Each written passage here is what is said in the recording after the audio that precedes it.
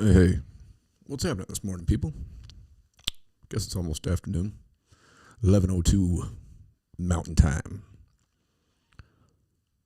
Let's see what's going on here. Looks like I got a bunch of lagging and shit happening. That's never fun. I had to reset everything. I thought I got it right, but you know what? I just can't seem to. Some days are just that way. Can't get the lighting right. Got problems with software. Big time problems. We do have some lagging going on here, though. Hopefully we can get rid of that. Let's see what happens here. Probably was just me going around. I got so many damn programs running right now. Too much going on.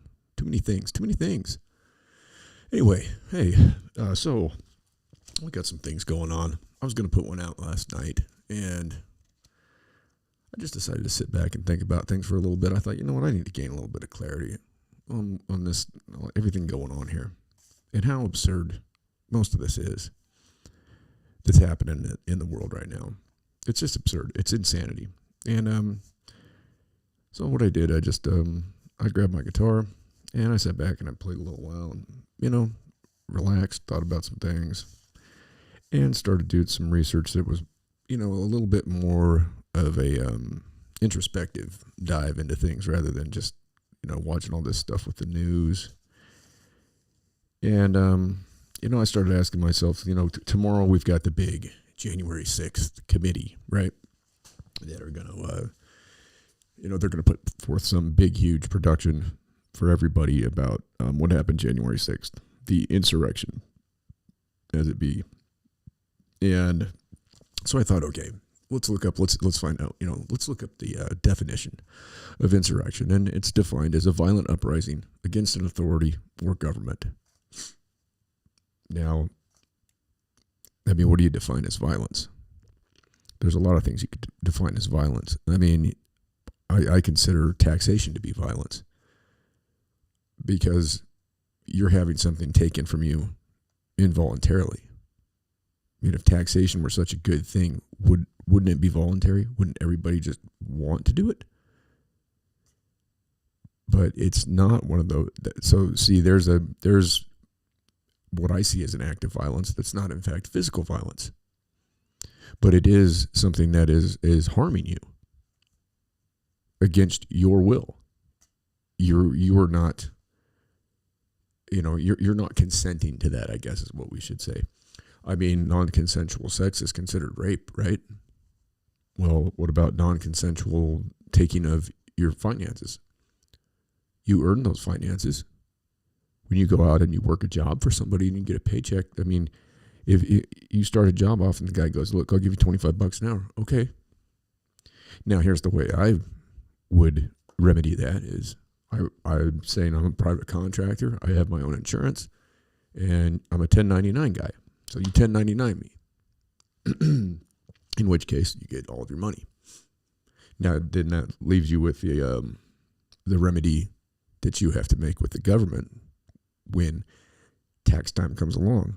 Now, that's still, in my mind, they're saying that they can take the product of your labor, which you've put everything into. Say you're in construction, you've bought your own tools, trucks, you've paid for the fuel. Now you can write all that stuff off as a loss.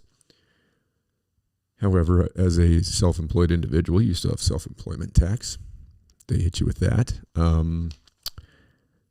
It's really pretty nonsensical, especially when your tax money goes to pay for these things that you have nothing to do with.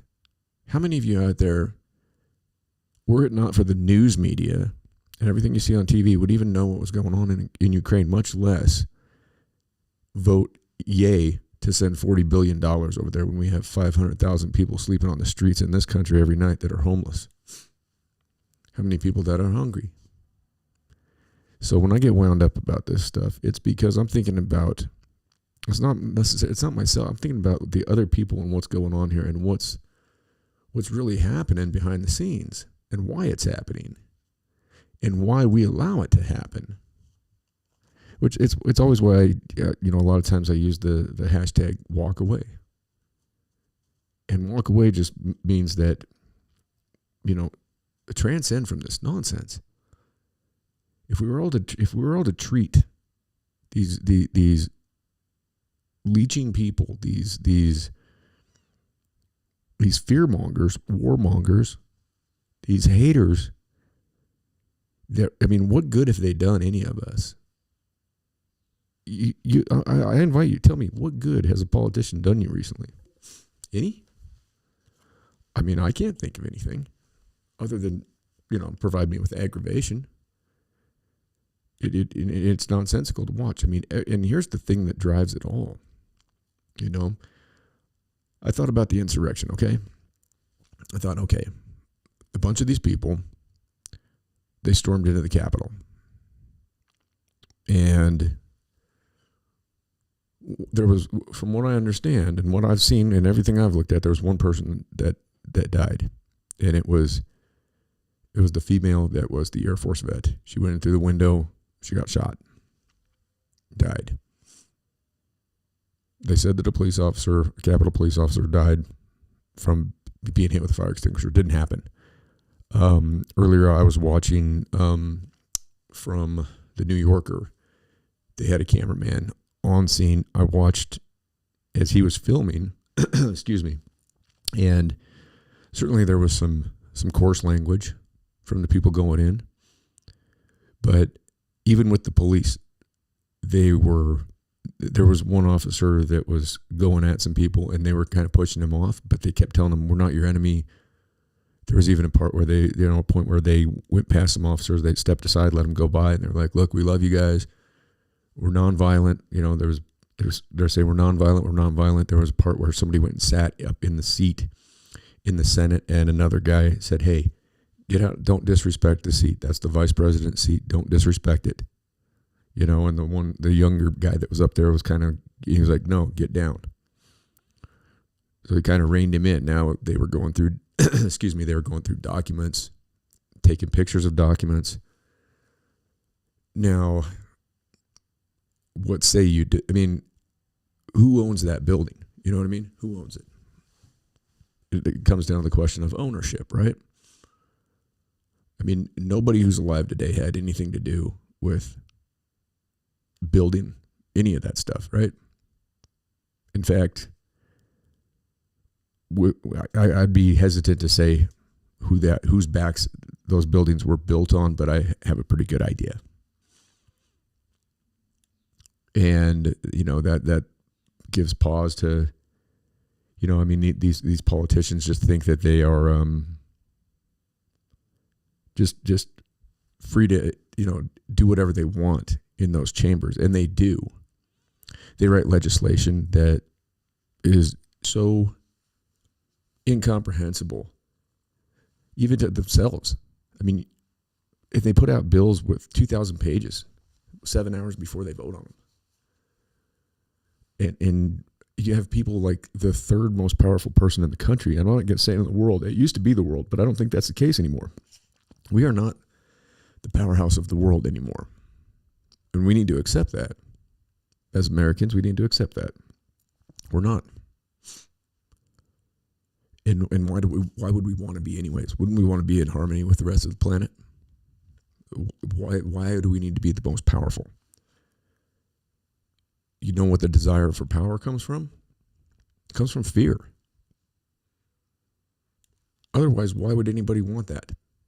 If you're not fearful, why would you want to be in control of everybody? Why would you want to have one of those positions? I was honestly sitting here thinking, you know what? I see in the way that our representative in the great state of Wyoming, where she's at and where she's been voting, and I thought, you know what? What do I have to lose? Why don't I just run? I honestly think I would represent the people of the state a lot better than she does. I wouldn't be allocating and advocating for $40 billion to be, they say it's going to Ukraine. The thing is, you have to read the bill, people. You got to read the bill and you got to see where the money's going. Right off the top is 19 point whatever billion goes to Department of Defense. there's 6 billion of that actually supposedly went to Ukraine. Ukraine is on the verge of collapse. No matter what you think you're seeing or hearing on the news, it's not happening that way. They've suffered mass casualties. They've had a ton of surrenders, and you don't just build back a military, okay? And regardless of whatever weapons we send, and this is the ironic part, we're sending these weapons over there. Okay, what's the difference between that and the shootings that are happening? Now, there was a huge one that happened in Nigeria the other day, and I haven't seen a total death count on that, but a bunch of armed gunmen went into a Catholic church and started mowing people down. That's in Nigeria. The motivation behind it, I didn't see one. I tried to read up on it yesterday, and they really were still kind of inconclusive about it. But when you look at the shootings that happen here, what does that stem from? Fear, right? It's fear. You've got the kid out there in Buffalo. Fear. I've yet to see his manifesto. I still want to see it. Anybody that has access to that, please, hit me up. Let me know where I can read it. I want to read the damn thing. It's 180 pages. He's a young man. I want to know what was going through his head. I want to know where he got these ideas, why he thought to do what he did. And I want to know what happened. And the same with the kid. Every one of these things. Any young person that grabs a firearm and decides that it's a good idea to fire off on somebody, it's fear. Fear motivates violence. Fear motivates hate.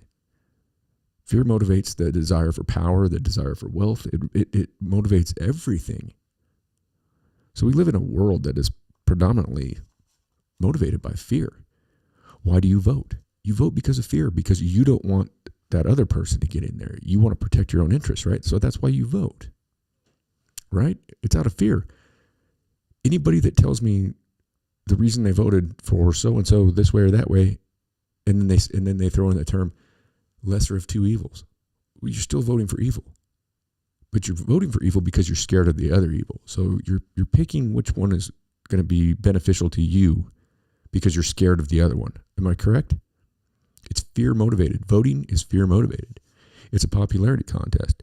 And so I started thinking about these things. I started thinking about land ownership. And like, who owns the buildings?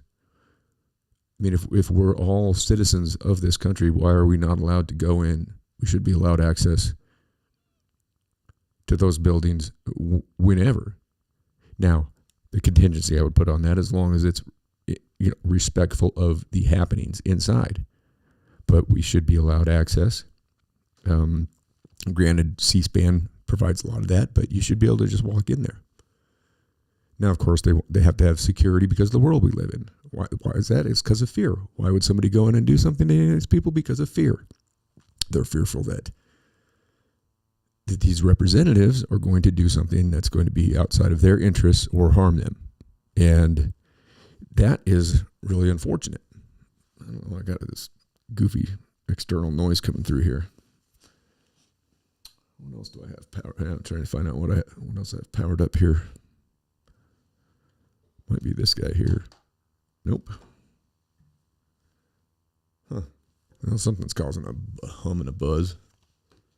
It's his phone. Who knows? Hopefully you guys don't hear that. It's going to drive me crazy. Anyways, back to where I was at. Fear, okay?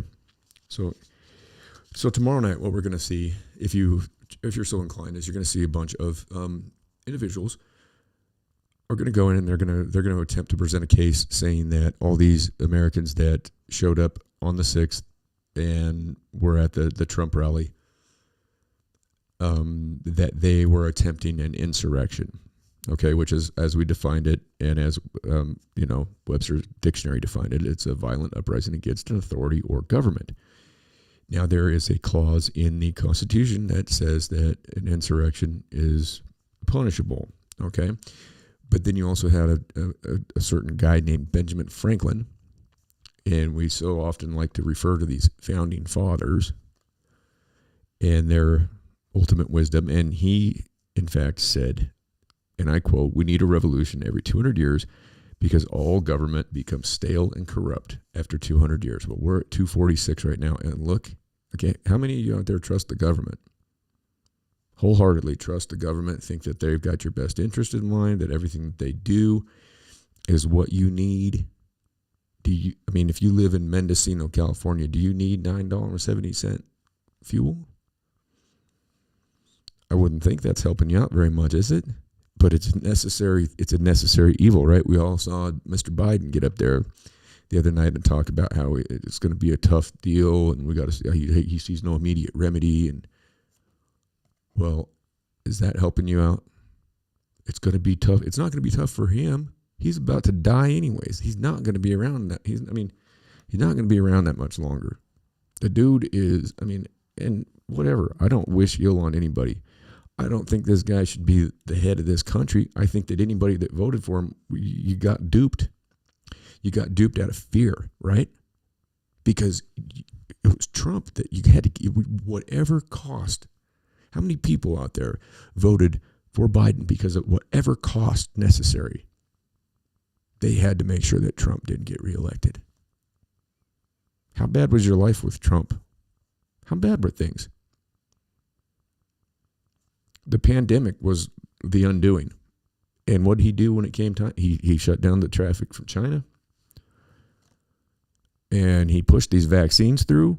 Now, time is going to tell what the ramifications from all that's going to be.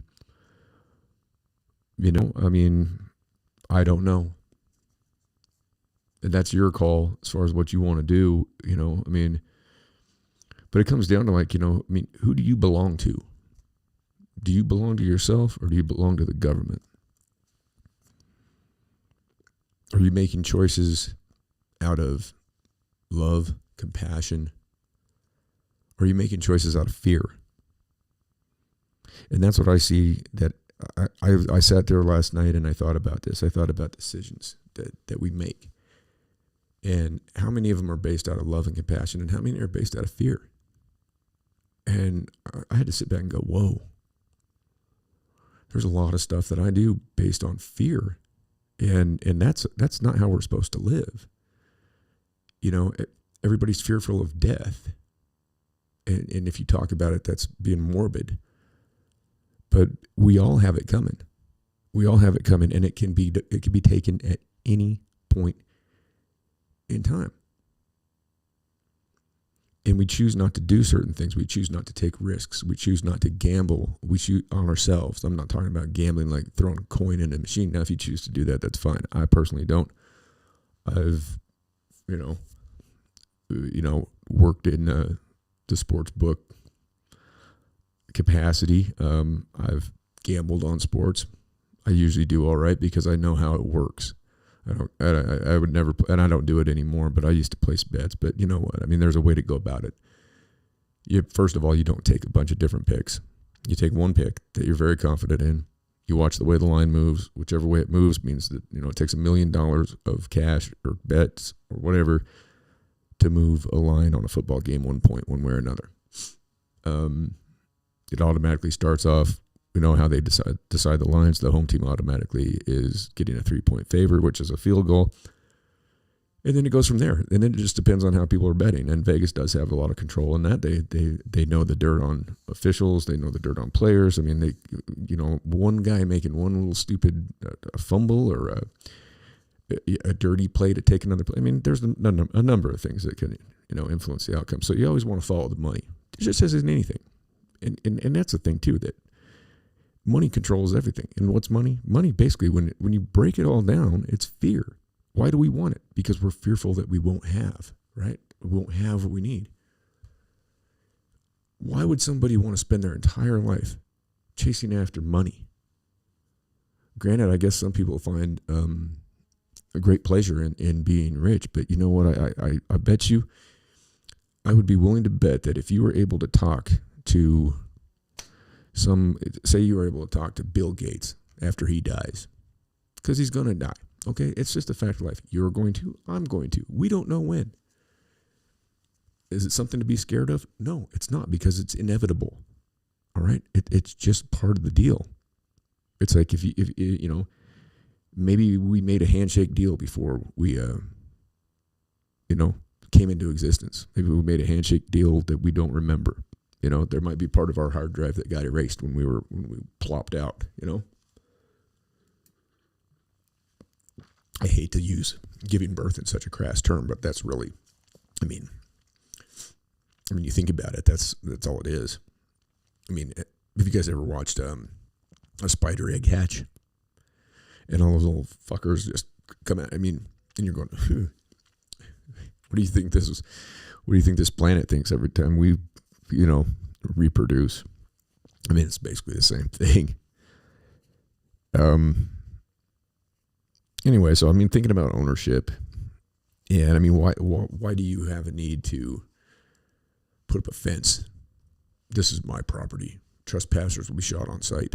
Because you're fearful, right? You're fearful that somebody is going to come on your property, even though you only live here for 80 years, let's say, as an average. That's kind of a high average. I mean, I've witnessed a lot of people I know in their in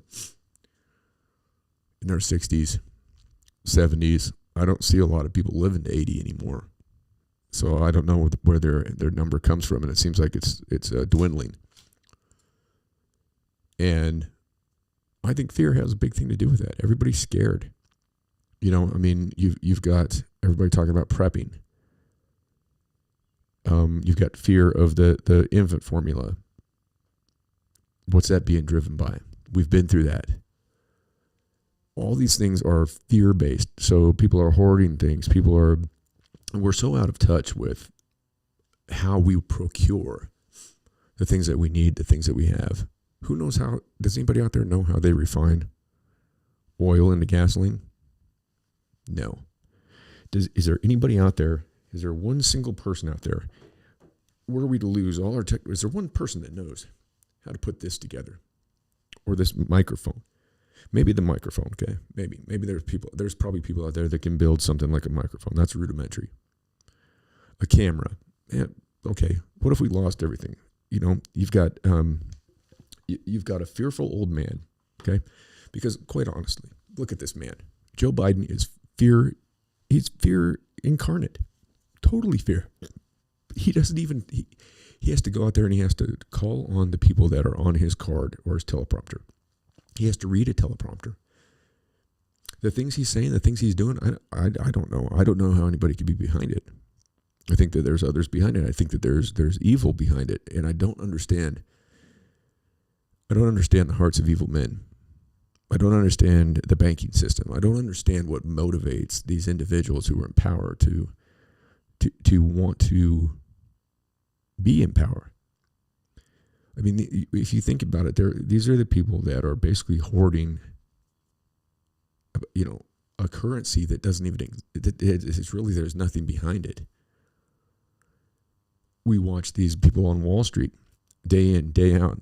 Think about all of them out there on the floor right now at the New York Stock Exchange, yelling and screaming and carrying on. I can probably look it up and find it live right now. And for what? For what? That's how you want to live your life? Sitting there on a floor with a bunch of other stinky bastards and you're yelling and screaming about stock prices and you're figuring out how you can manipulate and steal from people?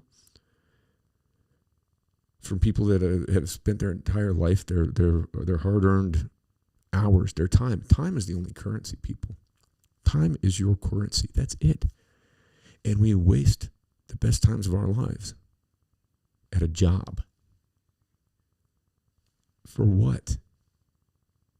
For what? So you can lose all your retirement? You know how many people I've talked to that are of retirement age that have told me how much they've lost out of their IRA just recently? How many people in 2008 lost everything because they trusted out of fear, right? You got to put this away. You got to have a 401k. Why do you have a 401k? Because you're fearful of what happens when you retire. So you spend your whole life, the best years of your life are fearful of what's going to happen when you retire. You're too old to do anything anyways at that point. What are you going to do? You sit there and read Reader's Digest, do crossword puzzles, play Sudoku, watch Judge Judy? Why is it that we have to spend our lives mired in just bullshit so that at a certain age, and they keep raising the age of retirement, even though your life expectancy keeps going down. So you spend, let's say you do like you're supposed to do, okay? You graduate from high school. Let's say you made the B roll. You got a 3.0 or better, okay? So you manage to, you score a 27 to 28 on your ACTs.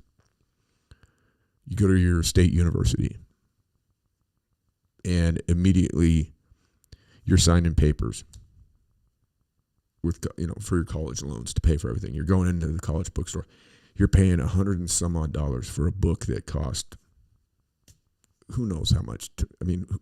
What do you think the average college textbook costs to make, and what do they sell them for?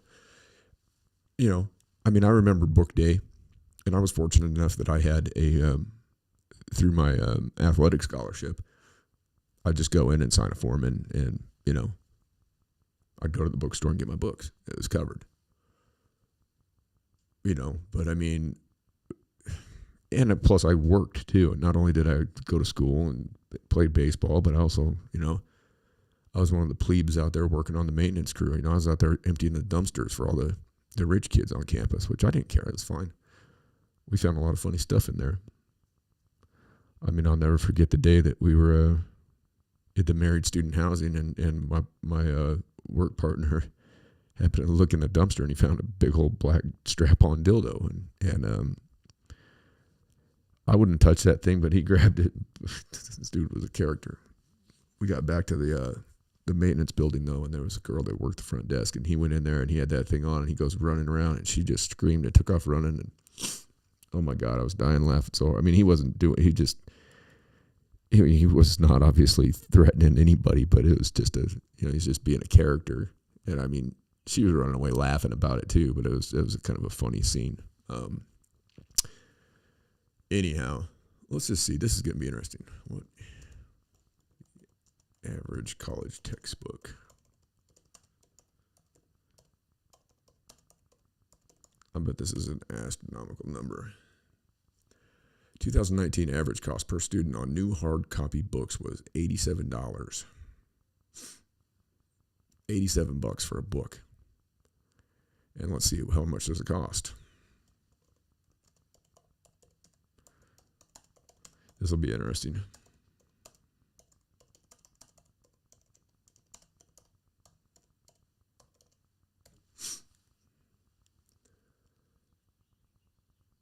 I'm not looking at. All right, how much does it cost to produce one textbook?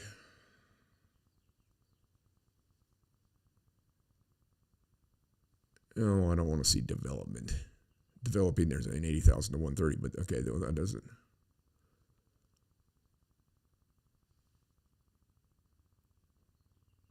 I'm just trying to find out.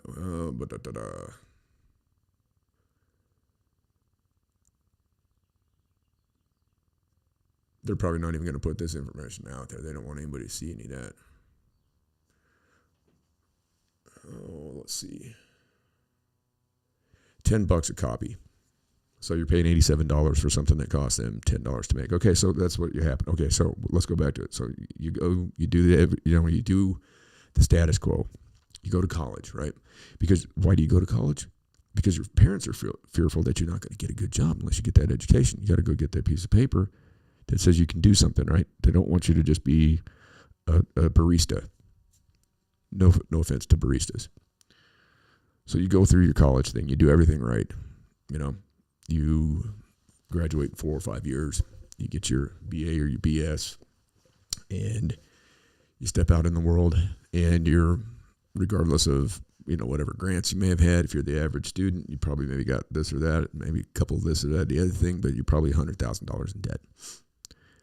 So at 22, 23 years old, you step out in the real world, and boom, you get hit with that college loan. Now, Biden supposedly is forgiving this and that, but the nomenclature of the whatever it is that he signed, who knows what's behind all that. We're talking billions of dollars. And billions, trillions, it doesn't matter. This money is it's all just phony. Money is fear too. It's a number that's made up to scare you. It's a contrived I mean, the national debt, 31 trillion, right? And change. And it just, that ticker, have you looked at the ticker ever? Go on there. If you're in front of a computer or your phone or whatever, look it up. Go on there and check out the national debt, the ticker. It's pretty crazy because it's more money going through there like this than you and I can think about. I mean, and that is the thing, that's an instrument of fear, right? I mean, like my son didn't do anything. I didn't do anything to put that. I didn't vote for any of this stuff to put $31 trillion on our head. Did you? Who did this? It's an instrument of fear. The system is set up in this country and globally so that debt is what makes money. It's all going to come down. It has to. It can't keep going like this. You just cannot perpetuate, a system that's ultimately leading towards destruction. Ultimately, it's going to snowball to the point where it falls off the cliff. It's like going up to a mountain and starting a big snowball and rolling that son of a bitch down. And it just keeps gaining and gaining. And you're going, wow, look at my snowball. It's getting so big.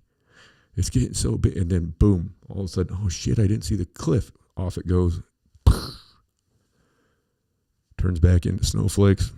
Particles of snowflakes. Melts down. Water flows away. And it goes into the Pacific or the Atlantic Ocean. So this whole conceptual ideology that we have, it's all so ridiculous if we would actually think about it. But we've been ingrained with these concepts that are completely not natural. It's ridiculous what we teach our kids and what we've been taught. I mean, if you break down some of the thoughts that you have about things that you just think are absolute, and you really sit down and you break them down, you realize, you go, what the hell is going on in my fucking brain? Where did I get this shit? Because you've been inundated with it, and your teachers were inundated with it, and their teachers were inundated with it, and it just keeps going and going and going. It snowballs. It all does. Education is the same way, I mean, we've got a society that makes things that break down on purpose. Why? Well, what good would it do you to create something that lasts forever? You can't make any money off that, right? Why do we treat cancer patients with a treatment that makes them sicker? Anybody ever ask that? You don't think that we are smart enough to have a cure for cancer? Why do we eat food that's full of pesticides and garbage and toxins that give us cancer? And we do that voluntarily because what are you going to do? You have to go to the grocery store, right? And then you have to look at prices. You can't buy you go in there and try and buy everything that's all 100% natural, organic. See how much money you spend at the store, especially now. Everybody's going in there and they're getting the great value, the signature shit from Albert's. Anything, I don't know what Safeway's brand is. They're all probably run by the same outfit anyways. But nobody's buying the high-end shit right now, except for the few that don't even have to go to the store. They've got somebody doing that for them. You've got a group of people out there like all those idiots over there at Davos that, I dare you to try and get one of those people to even drive a stick shift. Or get a kid to drive a stick shift for that matter. I mean, I know people my age that don't know how to drive a manual transmission vehicle. I mean, that's what I learned on when I was a little kid. 12, 13, my dad would take me out. Anyway, I'm going to do a Liz Warren and have me a beer. How about that? Because I can. Here's the thing, people. What it comes down to is we get so worried about all the status and these things that scare us. And so we behave in ways that we wouldn't typically behave, but we do it because we're fearful. And I'm looking at, who's the biggest ownership of land is on the planet? Is Queen Elizabeth II, an old lady. She owns more than anybody. And right behind her is the Prince, whatever his name is, Suleiman or whatever, from Saudi Arabia. And he's not even close to what she owns.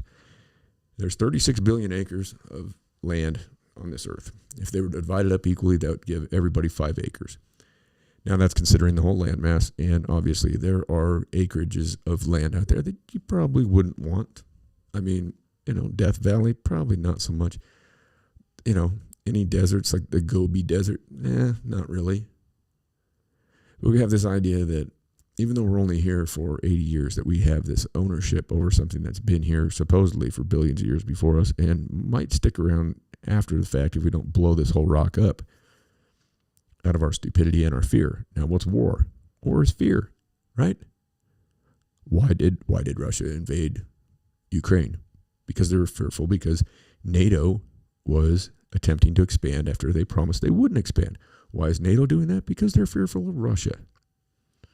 Fear begets fear, and it escalates, and it's silly. Why can't we coexist on the same rock with Russia? Look at all the things that Russia provides. All kinds of agricultural stuff. You're talking lots of petroleum, and hey, that's what we have right now, folks. We live in a world that is, literally fueled by petroleum. Everything that I'm looking at right now, without petroleum, I'm not talking to you through a microphone. I don't have this computer, this soundboard. I don't have a can of beer to drink. It's pretty good. I don't know, Ricardo brought this over. Apparently it's some kind of a lime something. Huh. Ooh. Tart. Interesting. Our phones, our pens, pencil, everything we have, even like you think about it, even the wood products that we have came through petroleum. Because, it's got to go through a sawmill, right? Everything that I've built out of wood, the table I'm sitting at right now, I built this table, okay? I had to run it through planers, sanders. I had to joint it. I had to, everything, every bit of it had to come from electricity. I didn't do it with, even had I done it with just hand tools, a lot of it was built at night in my garage. Was I doing that under a lantern? If I was, I would have to have fuel, right? Kerosene or something that came from fuels, and it comes from petroleum. Even this electric power that this mushhead thinks that's going to change the world. Think about what goes into making the batteries. You have to mine the lithium. How do you mine lithium? You can't do it with electricity. Where do we get electricity from? Petroleum, coal. They're talking about wind and solar. Well, where do you get the materials to build those huge giant windmills that oftentimes catch on fire, oftentimes aren't even worth the cost of them? Where do you get your solar panels from? Didn't Homeboy just put a tariff on that too? So he wants you to get solar panels, but yet now there's a tariff on it. Well, who eats the tariff? We do. It's all based on fear. It's all based on fear. There's nothing that government or power does that isn't based on fear. Everything they do is calculated, and it's based on fear. And if we break it down, like I just said, money is fear. Government is fear. You're scared that you can't handle yourself and that you have to vote these other people into office so they can handle these things for you, when you know how to go about your daily life. And how many people out there are miserable with their daily life? I know an awful lot of people that are very miserable. And the whole pandemic thing gave a lot of people the opportunity, and I call it an opportunity. Granted, you don't want to see people die. Okay, nobody wishes that, right? We all want to stay. We all want to live, but we also have to accept that it's going to happen, and we have to accept that it can happen at any point in time. And where are you at if that happens to you next time you step outside your door? Where are you at? You're not going to know if it does happen, but where would you, just theoretically? It's a barometer on how you've been living. Just think about that. If I got taken out today, if I went to the store and God forbid some lunatic comes in and starts popping off shots, and I'm standing there looking at eggs and I catch one in the back of the head, Now, I'm not going to know one way or another. I'm out, right? Peace. I'm done. But let's just say, hypothetically, you had the opportunity to think about your life. Do you have regrets? Do you have things that that the idea of you going out without taking care of those things, it would just be horrible. I mean, I remember I was in a like a rehab in prison, the non-residential drug and alcohol program. And, the lady wanted us to talk about regrets. And, she came around to me and asked what I regretted. And I said, absolutely nothing.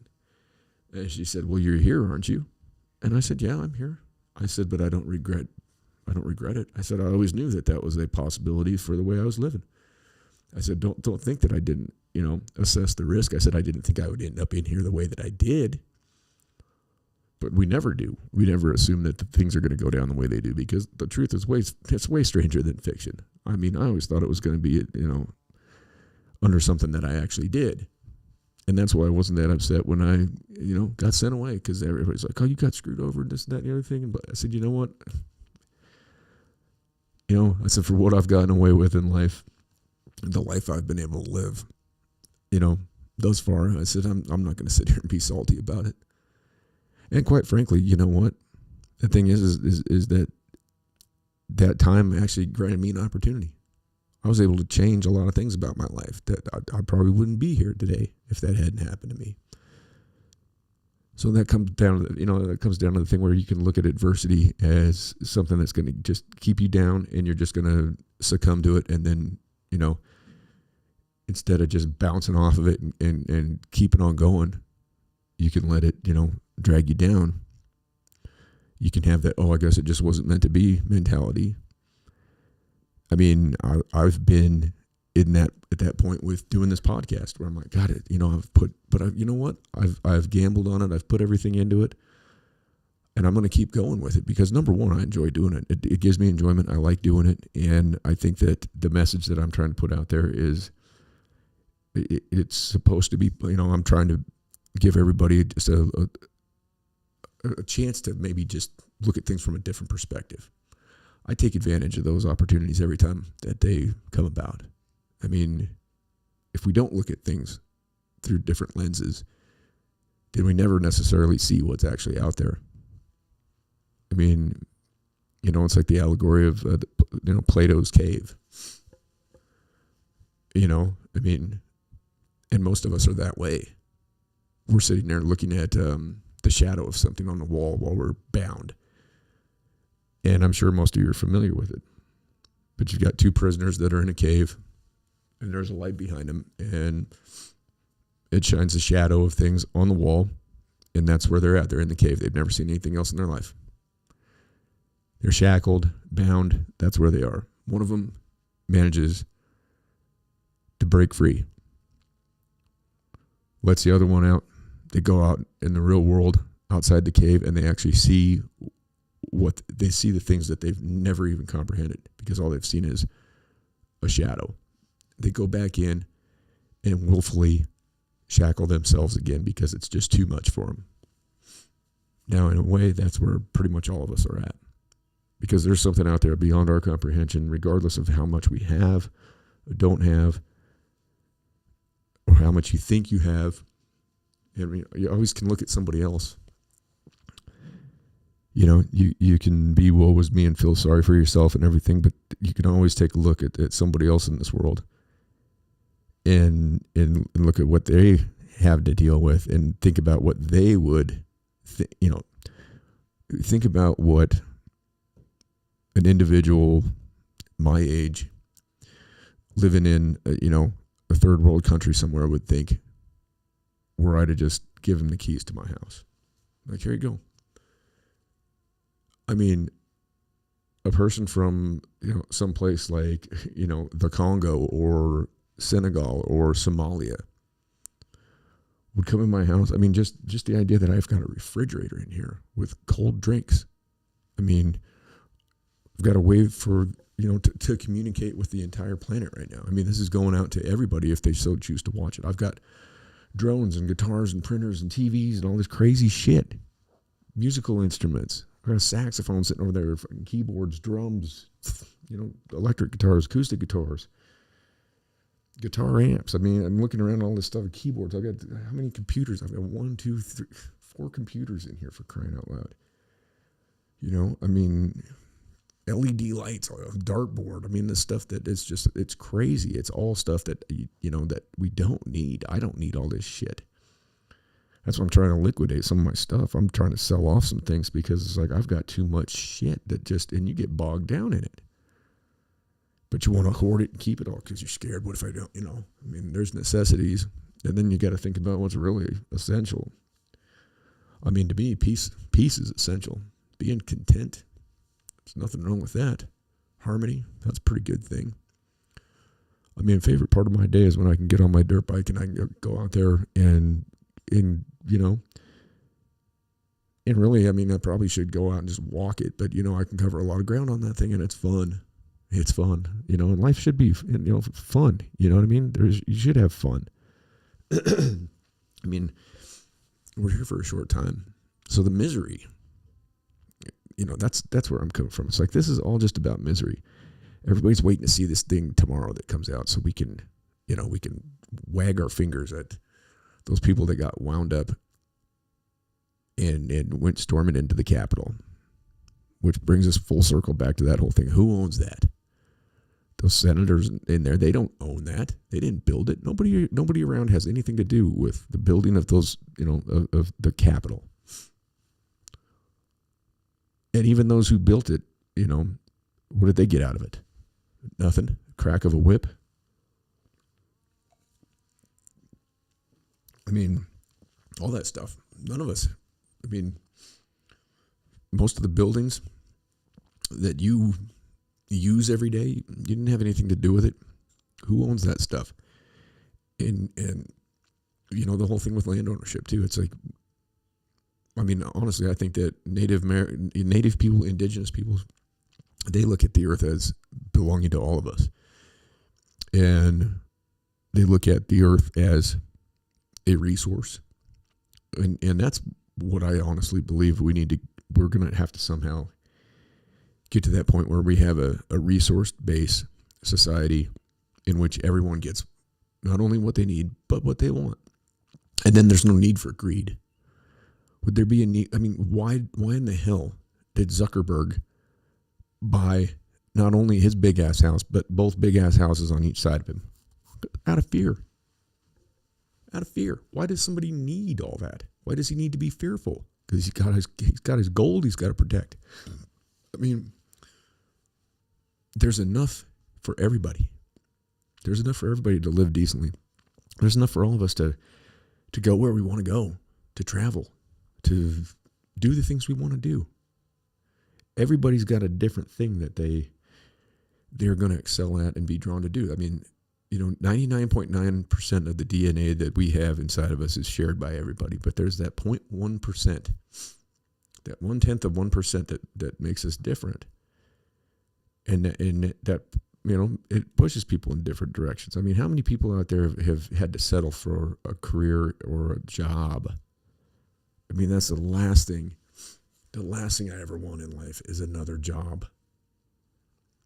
I won't do it. I don't care. I'm not going. I mean, you got to serve somebody. Granted, you do, but a job, trading my time for a wage? No. It's like that episode of Family Guy when he's at the bar and Helen Hunt asks him if he want to have sex, and he's like, no. That's me with the thought of a job. Well, I work, sure. I do every day. I do everything. Everything I do is work. I don't sit around and watch TV. Do I use my technology? Sure. And I access it frequently. But you know what? I have got stacks and stacks of note cards. Stacks of them. And I have my recreation time, of course.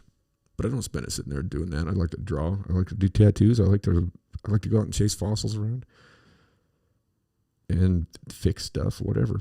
I'm trying to learn how to play some music that doesn't sound like crap. I enjoy doing it. I'm never going to be up on a stage in front of anybody. You got to be realistic about things too. But even if you don't do something because of because you're looking at some potential outcome, it's like, do you enjoy what you're doing while you're doing it? And that's why I like playing guitar. It's challenging, and it's a rewarding thing too. It's very rewarding when you learn how to play a new song. When you learn how to play a song that you've loved your whole life, that's like a song that comes on the radio and you turn it up and you learn how to play that song. That's pretty cool stuff.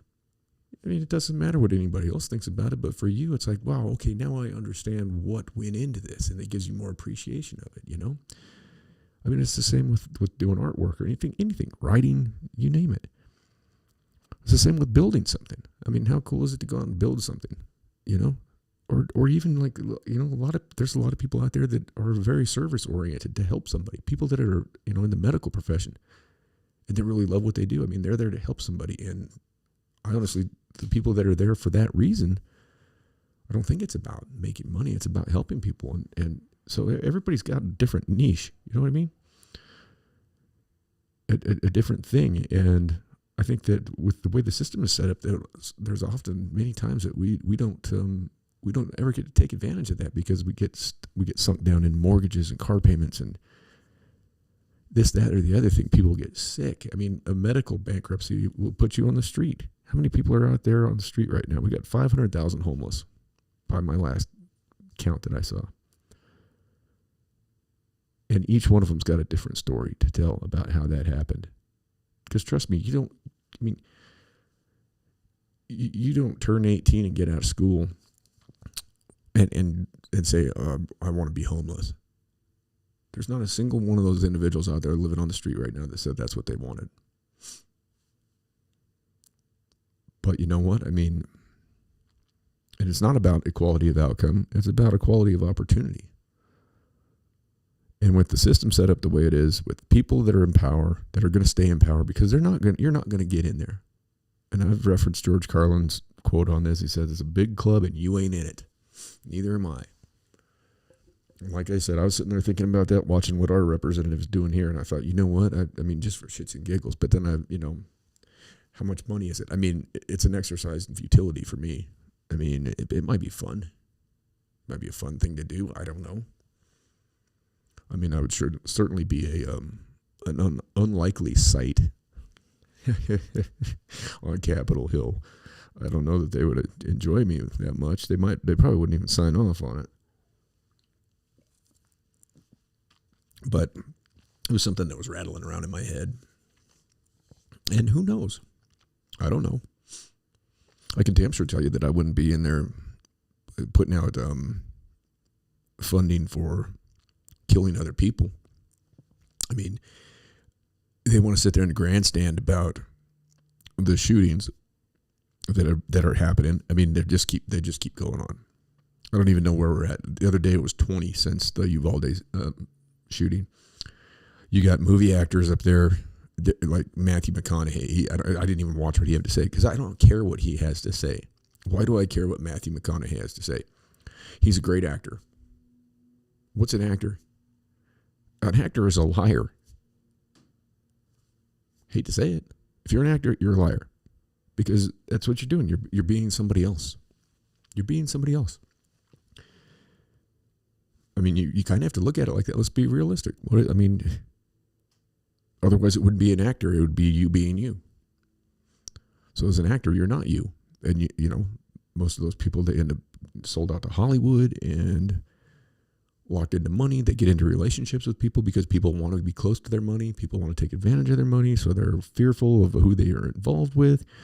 You end up with scenarios like the recent famous people, I'm not even going to say their names anymore, that took up, monopolized over a month of our time and are still monopolizing our time based on their breakup and the nonsense that went on there. And the behavior that went on. I mean, there's nothing about that story that's not similar to anybody else's story. We've all been through bad breakups and bad relationships. It's just part of it. You know, I mean, but the quote that I put on that meme that I made today, and that's a photo of a tree that's out there in the middle of nowhere. And I love being out there because I'm kind of in it's like a high plains kind of foothills desert type area. A lot of sandstone formation, and it's rare that you see a leaf tree. So anytime I see trees out there, I like to take photos of them. That one's one of my favorite that I made that. Here, I'll put it up here on the, let's see, where is it at? Where is he? Yeah, this guy here. And that's not a leaf tree, but I went hiking back in a ravine the other day that I hadn't been back in. I couldn't even get my bike back there. I had to park it and then go on foot. But I thought that was a really cool tree. But the quote that I put on there is from Marcus Aurelius, who was a Stoic, and the guy was, he had a pretty good grasp on things. But it says the object of life is not to be on the side of majority, but to escape finding oneself in the ranks of the insane. I don't want to be insane. Do you? Because all this shit that goes on, all this crap that we watch on the TV and shit, it's all insanity. That's why I use the hashtag walk away. And it's not out of fear that you walk away from something. It's you just are done with it. Like, I mean, you walk away from something because you get to the point where you realize this has nothing for me. And I don't see how anything going on with government, corporations, any of it. I mean, it's all motivated by greed, which is fear. It's all fear motivated. And I don't want anything to do with that anymore. Period. Which is why I'm out here saying what I'm saying. I mean, hopefully it strikes a chord with you. Maybe it does, maybe it doesn't. I mean, that's not my decision. Your reaction is your reaction. I'm not responsible for it. I'm just trying to be a voice that perhaps acts as a conduit. Maybe some people get some good information out of what I'm saying. And I'm trying to learn and grow myself. It's all an experience. It's all it's all an opportunity. And there's goods and there's bads. There's ups, there's downs. You have to. It's all about balance, and balance is achieved by, it's waves, right? Vibrations. Break it down. The sound you're hearing right now, it's vibration. The fact that you can see me through this thing. Well, you can't right now because I don't have the camera up. But I mean, it's all vibration, I mean, listen to the great Bob Marley, right? It's all vibration, And so what does sound do? Look at a now I can't even, a seismograph machine, a lie detector machine, anything. It's all, you've got your flat line and then you're up, you're down, up, you're down, up, you're down. That's life. It's ups and downs. And the way you get back up is you take, the lesson that you learned from the downturn, and you look at those as opportunities. I mean, quite honestly, I embrace the failures if they happen when I'm going after something with my best intentions, thoughts, and and giving it my best. That way, when I come back from it, I'm going to know the pitfalls. Okay, to avoid this, then you got to do this. And that's called wisdom.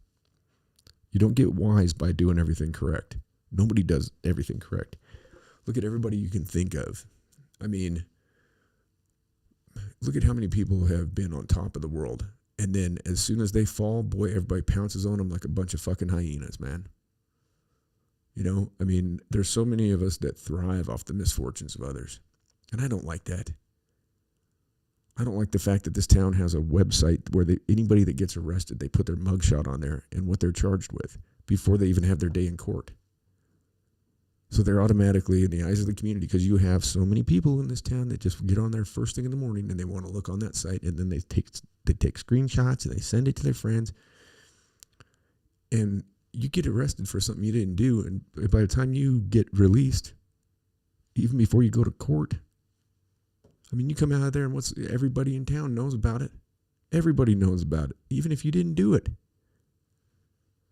And trust me, there's a lot of people that get arrested for doing things they didn't do. And I just think it's wrong that people thrive off the misery of others. It's just like all these people that we hold up, on these pedestals as actors, professional liars, politicians, guys that can play with balls, athletes. Hey, okay, great. That's awesome. I mean, these people in peak condition. Sure, you should aspire to be in good shape, of course. But to put somebody like that in that position where and then all of a sudden they've got more money than anybody.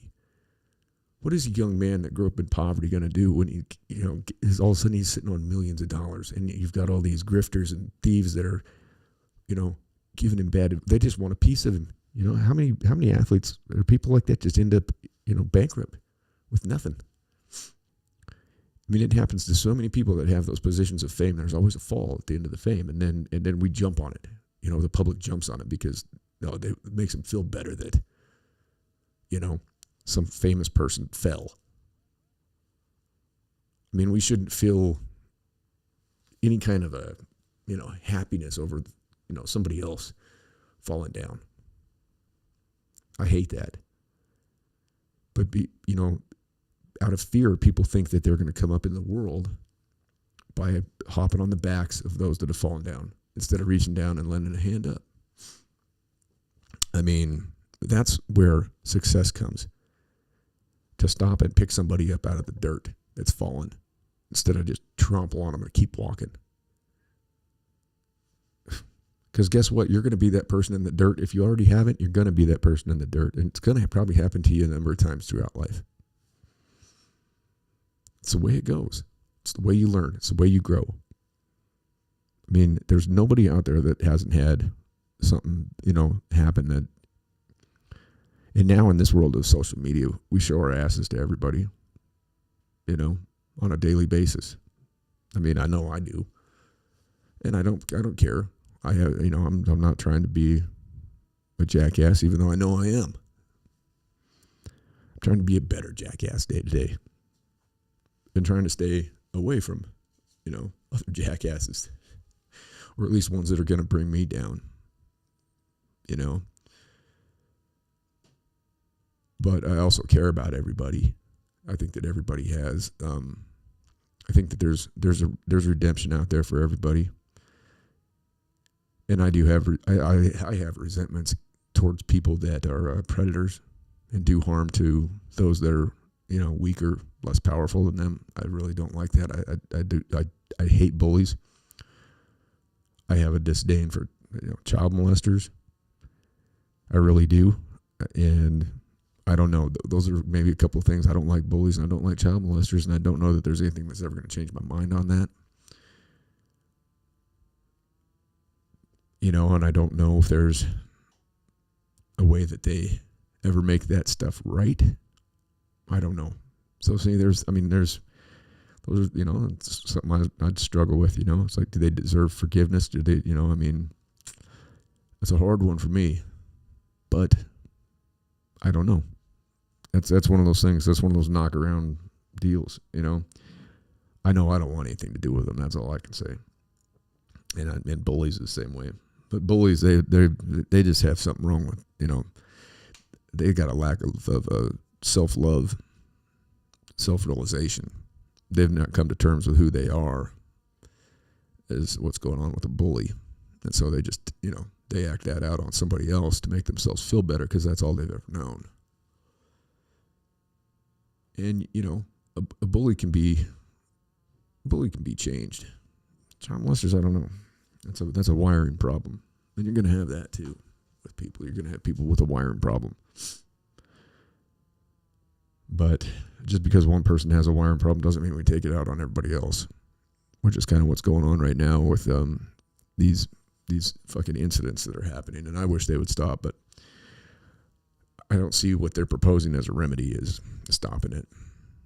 I think we have a much deeper problem, and it comes from lack of young people having proper guidance, role models.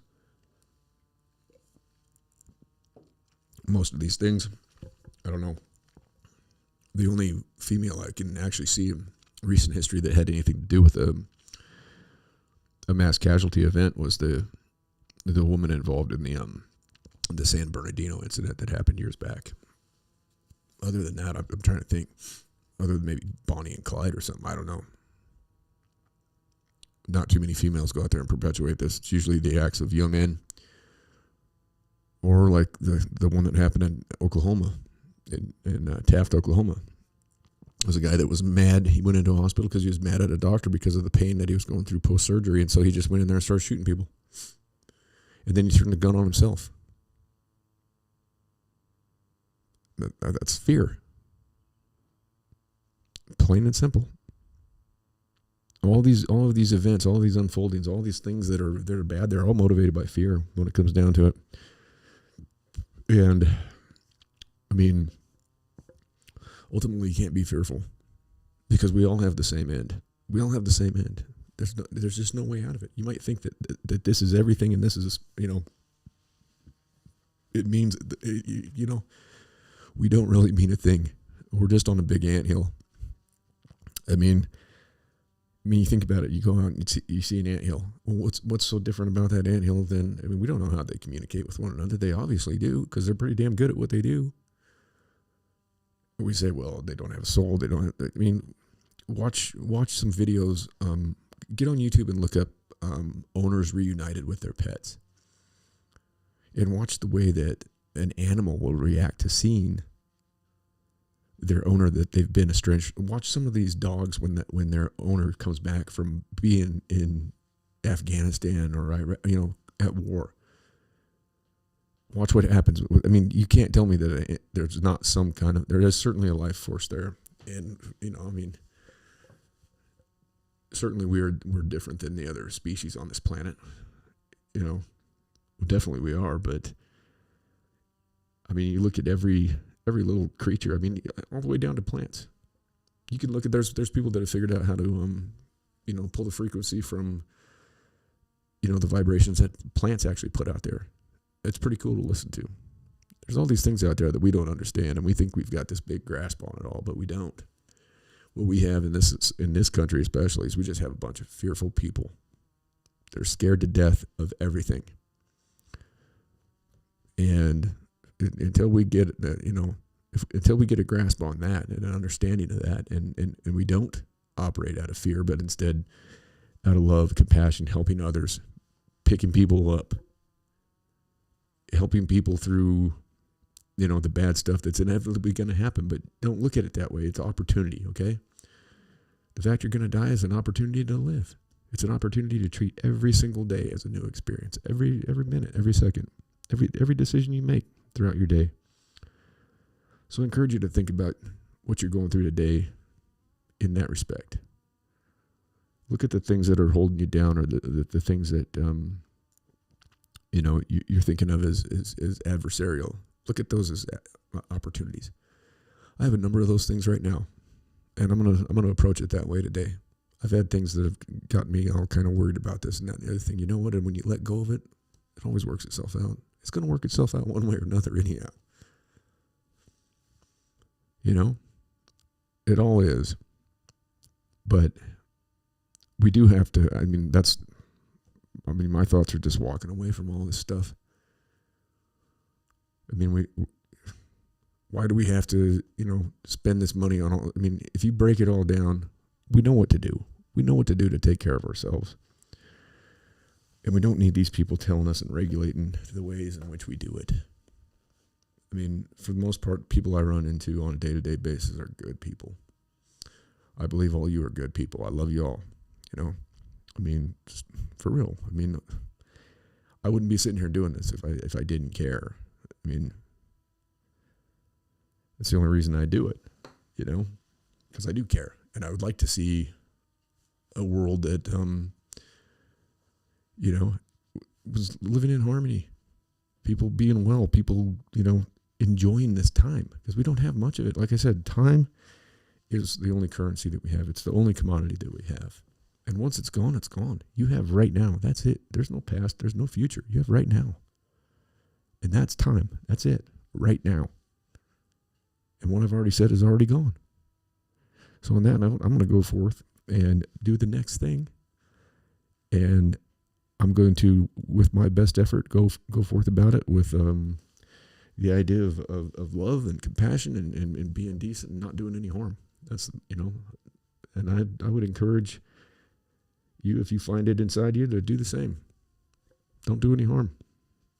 Take advantage of your opportunities today, tomorrow. Well, you never even know. Tomorrow, next hour might not even come. We never know. So I guess if you approach life with that in mind and not concerned with what everybody else thinks, then that's probably a good way to go. So on that note, I'm going to sign off. As I always say around here, be good or be good at it. In all things be kind and do no harm. From 52 miles east of Yellowstone Park out of Coyote, Wyoming, signing off. Take you out with a little music. And I like the song because I keep babbling. The chorus is no future. I kind of like that. So, all right. See y'all later.